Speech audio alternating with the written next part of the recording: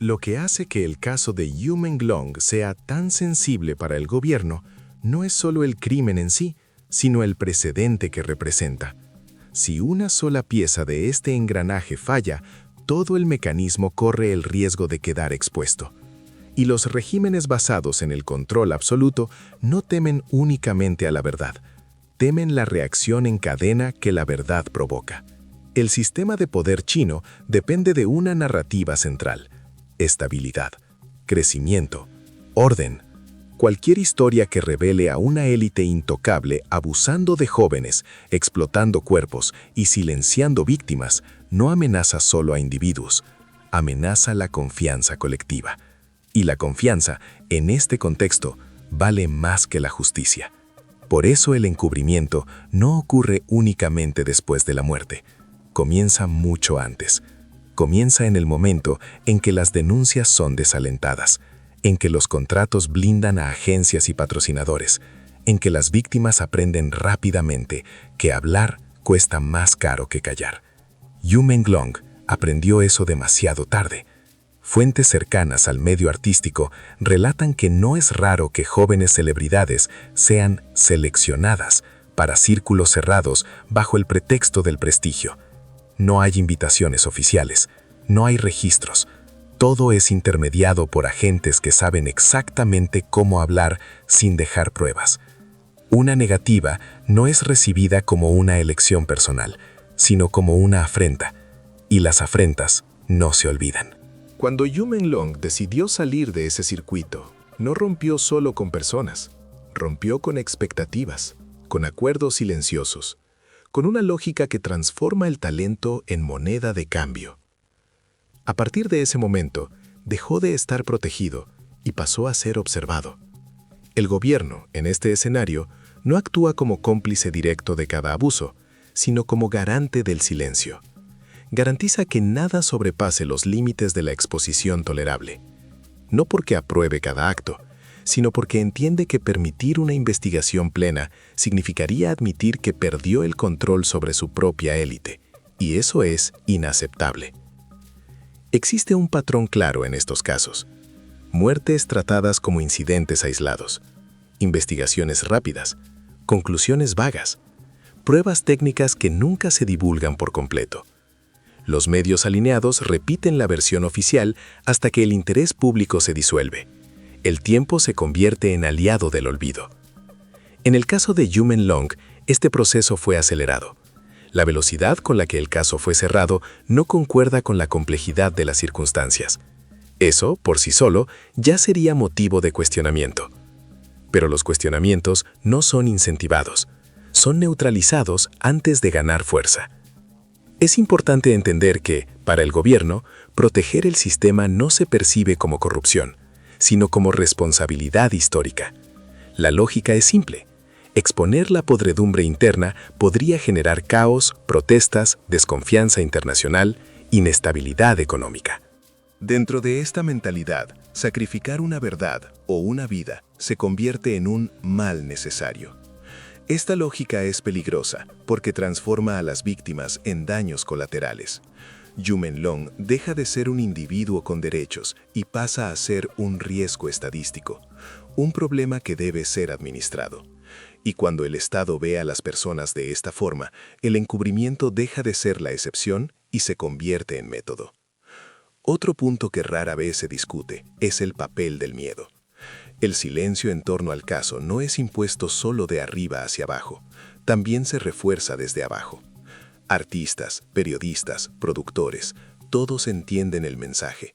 Todos saben hasta dónde pueden llegar, qué pueden preguntar, qué deben ignorar. El sistema no necesita censurar todo, enseña a las personas a autocensurarse.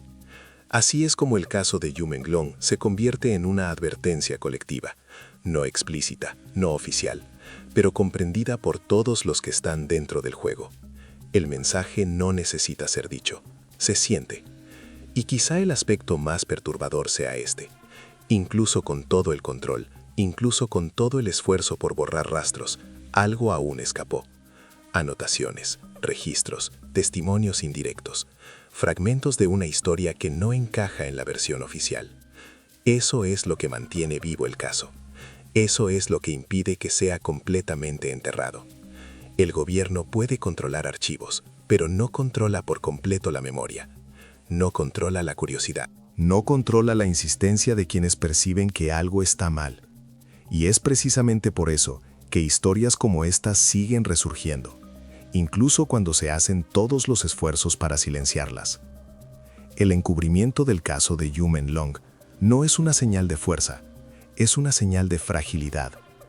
Un sistema verdaderamente seguro no necesita arrancar páginas, borrar teléfonos o intimidar testigos. Confía en la justicia. Cuando eso no ocurre, es porque la verdad amenaza más que el crimen. Y aún hay una última capa que rara vez se discute. Al proteger a los poderosos involucrados, el gobierno crea un incentivo perverso. Enseña que la riqueza y la influencia compran inmunidad, que ciertas personas están por encima de la ley. Y eso corroe cualquier discurso de igualdad o moralidad pública. Yu Menlong no murió solo por intentar escapar. Murió porque sabía demasiado dentro de un sistema que no tolera la disidencia silenciosa.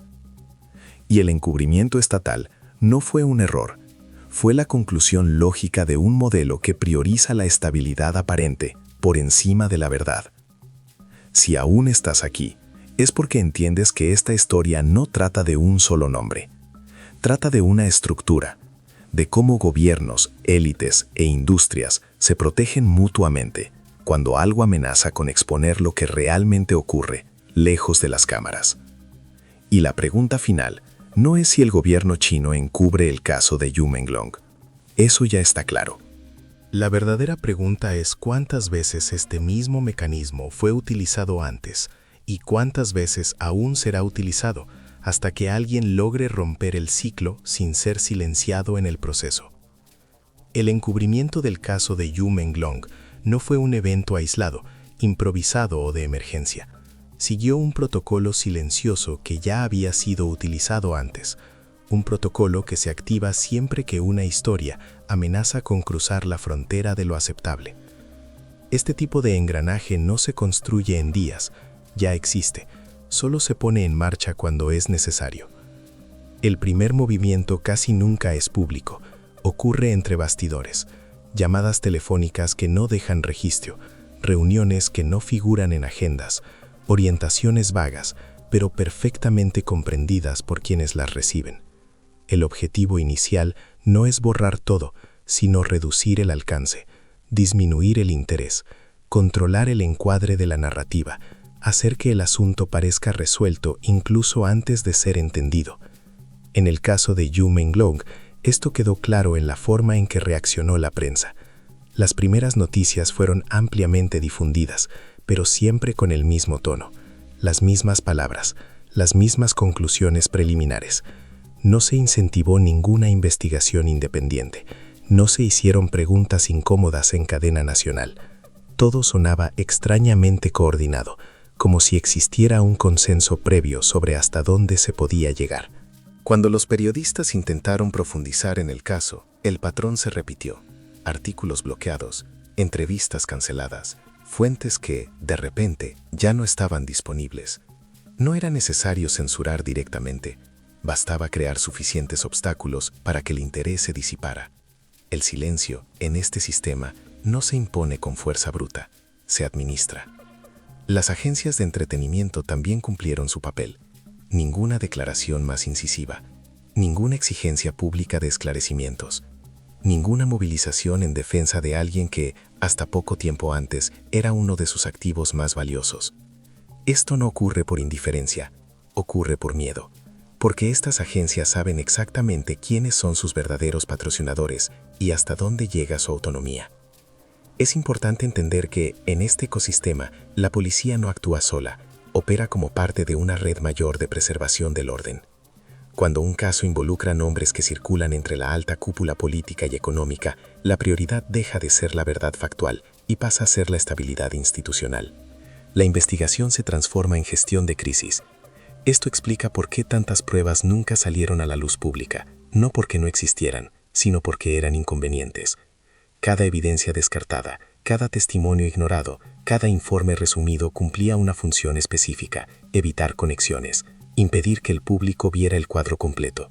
Lo más eficiente de este tipo de encubrimiento es que no necesita ser perfecto, solo necesita ser suficiente. Suficiente para cansar, suficiente para confundir, suficiente para hacer que las personas pasen al siguiente tema. El tiempo se encarga del resto. En medio de este proceso ocurre algo curioso. Cuanto más el gobierno intenta cerrar el caso, más revela, aunque sea involuntariamente, que hay algo que ocultar. La prisa, el exceso de control, la falta de transparencia total crean grietas, y son esas grietas las que mantienen vivo el caso, incluso contra todos los esfuerzos. También existe un componente psicológico importante. El encubrimiento no sirve solo para proteger a los involucrados directamente, sirve para mantener el miedo funcionando como herramienta de control. Cuando artistas, periodistas y ciudadanos comunes perciben que ni siquiera una muerte rodeada de irregularidades genera consecuencias reales, el mensaje se asimila rápidamente. No vale la pena insistir. Yu Meng-long se convierte entonces en un ejemplo silencioso, no oficialmente, sino simbólicamente, un recordatorio de que ciertos límites no deben ser cruzados, de que la curiosidad excesiva puede costar caro, de que el sistema siempre encuentra una forma de protegerse. Es en este punto donde el encubrimiento deja de ser solo un acto administrativo y pasa a ser un mecanismo pedagógico. Enseña, sin palabras, lo que ocurre con quienes intentan salirse de la línea. Enseña que los contratos no son solo papeles, son compromisos de sumisión, y que romperlos no tiene solo consecuencias profesionales. Dentro de este engranaje, el gobierno actúa como garante final. No porque le importe cada detalle, sino porque entiende que permitir fisuras visibles puede generar un efecto dominó. Un caso expuesto lleva a otro. Un nombre revelado lleva a más preguntas. Y las preguntas son peligrosas cuando alcanzan estructuras enteras. Por eso el caso de Yu Meng-long necesitaba ser tratado como algo cerrado. Incluso sin respuestas. Incluso sin lógica completa. Incluso con vacíos evidentes. La narrativa oficial no necesitaba convencer a todos. Solo necesitaba ser aceptada por la mayoría. Aquí vale una pausa importante.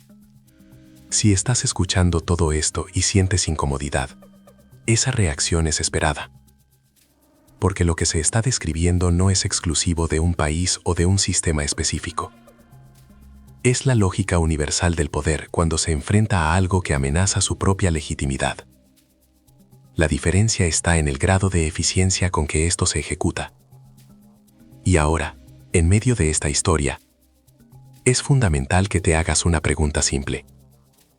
Si el caso fuera realmente simple, si no hubiera nada más que una tragedia personal, ¿por qué tanto esfuerzo por controlar cada detalle? ¿Por qué tanto cuidado en moldear la narrativa? ¿Por qué tanto silencio coordinado? Estas preguntas no necesitan respuestas inmediatas. Necesitan permanecer vivas. Porque son ellas las que impiden que historias como esta sean enterradas definitivamente. Y si consideras importante que este tipo de investigación continúe existiendo, que historias así no sean olvidadas ni distorsionadas, ahora es el momento de hacer algo simple pero esencial. Compartir este contenido, comentar, mantener viva la discusión. Cuantas más personas cuestionan, más difícil se vuelve para cualquier sistema fingir que no pasó nada. En el próximo bloque, vamos a profundizar aún más.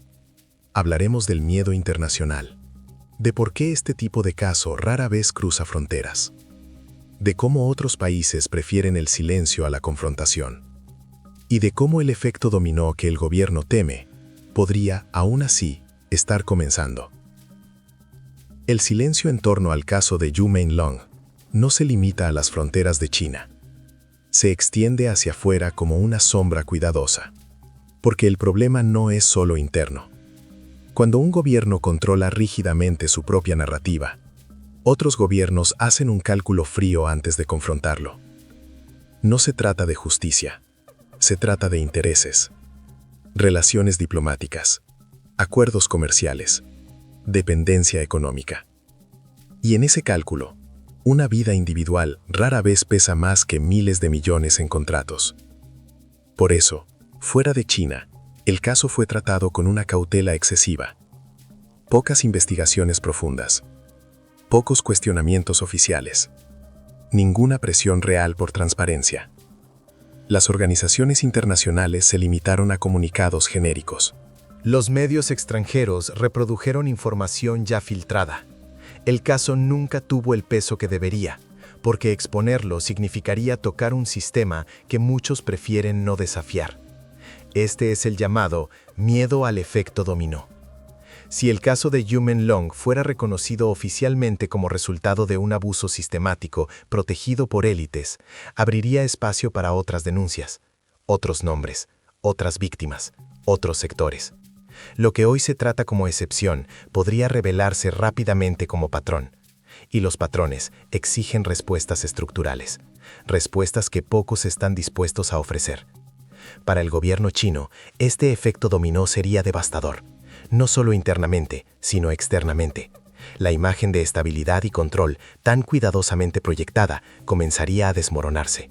Los inversionistas cuestionarían, los socios presionarían.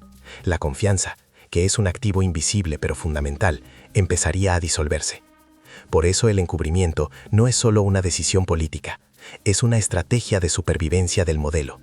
Y lo más inquietante es que esta estrategia funciona precisamente porque se apoya en la normalización del silencio.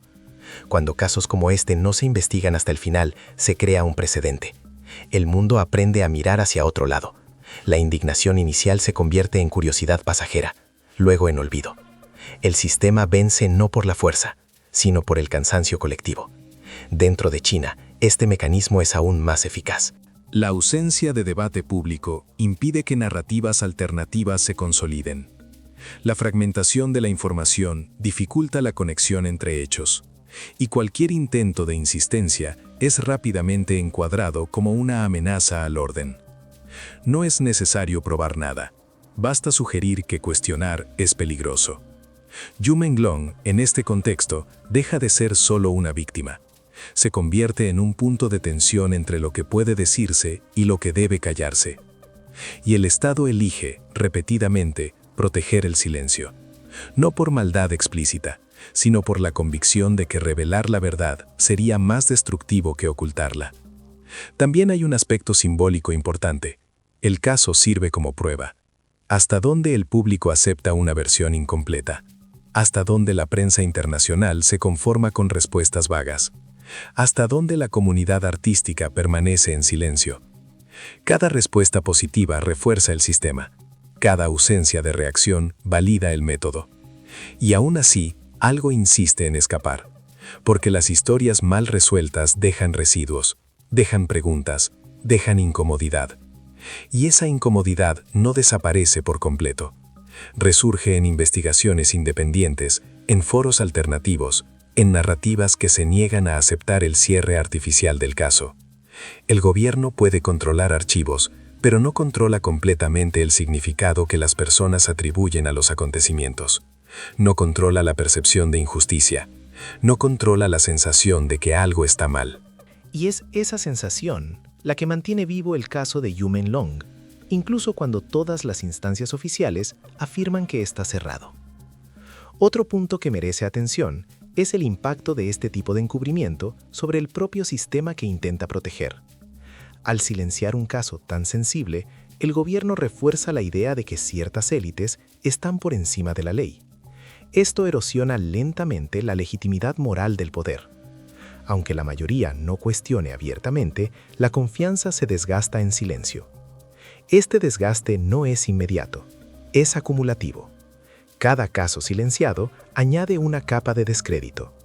Cada víctima ignorada profundiza la distancia entre discurso y práctica. Y en algún momento, esa distancia se vuelve demasiado visible para ser ignorada. Eso es lo que más temen los gobiernos. No un escándalo aislado, sino la acumulación de fisuras. Yumen Long, quizás sin saberlo, tocó exactamente ese punto. Al intentar escapar, Al intentar registrar lo que vivía, al intentar preservar pruebas, amenazó no solo a individuos poderosos, sino a la lógica entera que permite que esos individuos operen sin consecuencias. Y el sistema respondió de la única forma que conoce, cerrándose sobre sí mismo. En este punto de la historia, es imposible no percibir que el encubrimiento no es señal de control absoluto, es señal de vulnerabilidad. Un sistema verdaderamente seguro no teme investigaciones, las absorbe. Cuando eso no ocurre, es porque la verdad no puede integrarse sin causar daños profundos. Y aquí, una vez más, cabe una reflexión directa. Si el gobierno chino hubiera permitido una investigación transparente, independiente y completa, ¿qué exactamente podría haber salido a la luz? ¿Qué nombres necesitarían explicación? ¿Qué relaciones serían reveladas? ¿Qué prácticas dejarían de ser negables? Estas son las preguntas que justifican cada página arrancada, cada prueba borrada, cada silencio impuesto. Nos estamos acercando al núcleo más sensible de esta historia. En el próximo bloque, cerraremos el arco completo. Hablaremos del significado final de este encubrimiento, del mensaje que deja para artistas y ciudadanos, y de lo que queda cuando la verdad es sistemáticamente sacrificada en nombre de la estabilidad. Allí, la narrativa se cierra y el conteo final de caracteres se alcanza con seguridad. Lo que queda cuando un gobierno elige proteger el silencio en lugar de la verdad es algo difícil de medir, pero imposible de ignorar.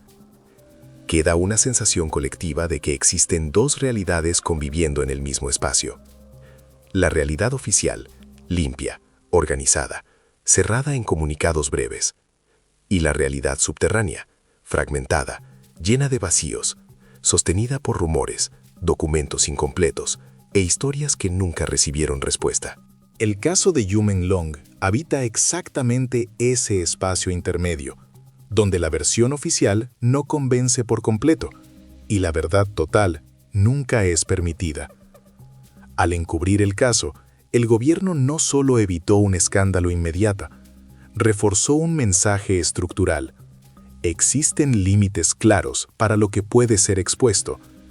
Estos límites no están escritos en la ley, pero son comprendidos por todos los que operan dentro del sistema. Los artistas aprenden rápidamente que su libertad tiene precio. Los periodistas aprenden que ciertas preguntas cuestan la carrera. El público aprende que insistir demasiado puede ser peligroso.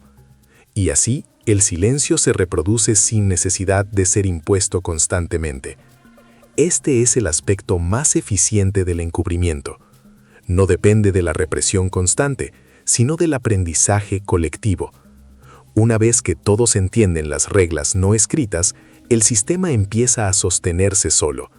El miedo no necesita ser recordado a diario, porque ya fue internalizado.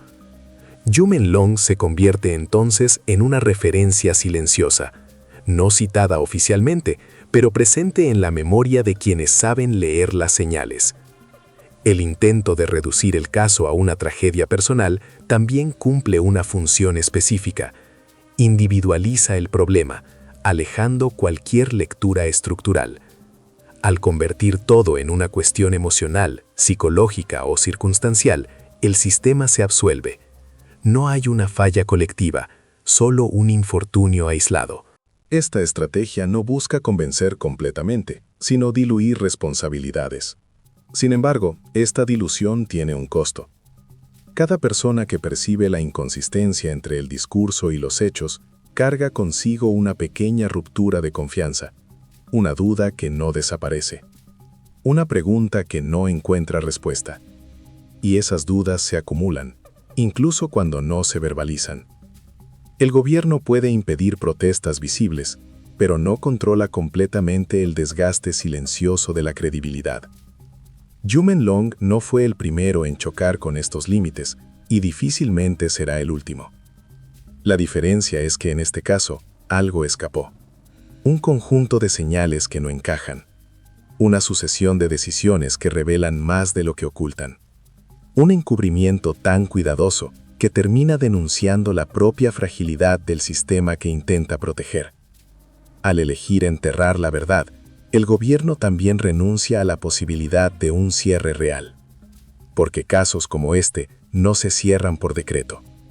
Permanecen vivos mientras existan preguntas legítimas sin respuesta, mientras haya personas dispuestas a observar los detalles ignorados, mientras haya quienes perciban que la prisa por cerrar un caso suele ser proporcional al tamaño de lo que se quiere ocultar. Al final, el encubrimiento del caso de Yu Menglong no explica solo lo que le ocurrió a él. Explica cómo reacciona el poder cuando se siente amenazado. Explica por qué ciertas historias nunca llegan al público completo. Explica por qué la justicia, en determinados contextos, deja de ser un valor absoluto y pasa a ser un instrumento selectivo. La verdad es que el gobierno chino no encubre el caso de Yu Menglong porque no sepa lo que ocurrió. Lo encubre porque sabe exactamente lo que ocurrió y entiende que reconocerlo públicamente tendría consecuencias que no está dispuesto a enfrentar. Consecuencias que van más allá de un nombre, más allá de un caso, más allá de una víctima. Y mientras este cálculo siga haciéndose, mientras la estabilidad se coloque por encima de la verdad, historias como estas seguirán repitiéndose, quizá con otros nombres, otros rostros, otros contextos, pero con el mismo desenlace silencioso. Si llegaste hasta aquí, es porque percibiste que este no es solo un video sobre Yu Menglong, es un retrato de cómo sistemas enteros se protegen cuando son confrontados con aquello que amenaza a exponer sus contradicciones más profundas. Si llegaste hasta aquí, escribe Justicia a Yu Menglong en los comentarios y no olvides dejar tu like y suscribirte al canal para apoyar nuestro trabajo. La historia termina aquí, pero las preguntas no. Ahora te corresponde decidir qué hacer con todo esto. Mantener esta historia circulando es una forma de impedir que sea enterrada definitivamente. Comentar, compartir, cuestionar. Cada gesto simple ayuda a romper el ciclo del olvido. Y si quieres seguir acompañando investigaciones que van más allá de la superficie, mantente atento. Porque mientras existan páginas arrancadas, siempre habrá alguien intentando reconstruirlas.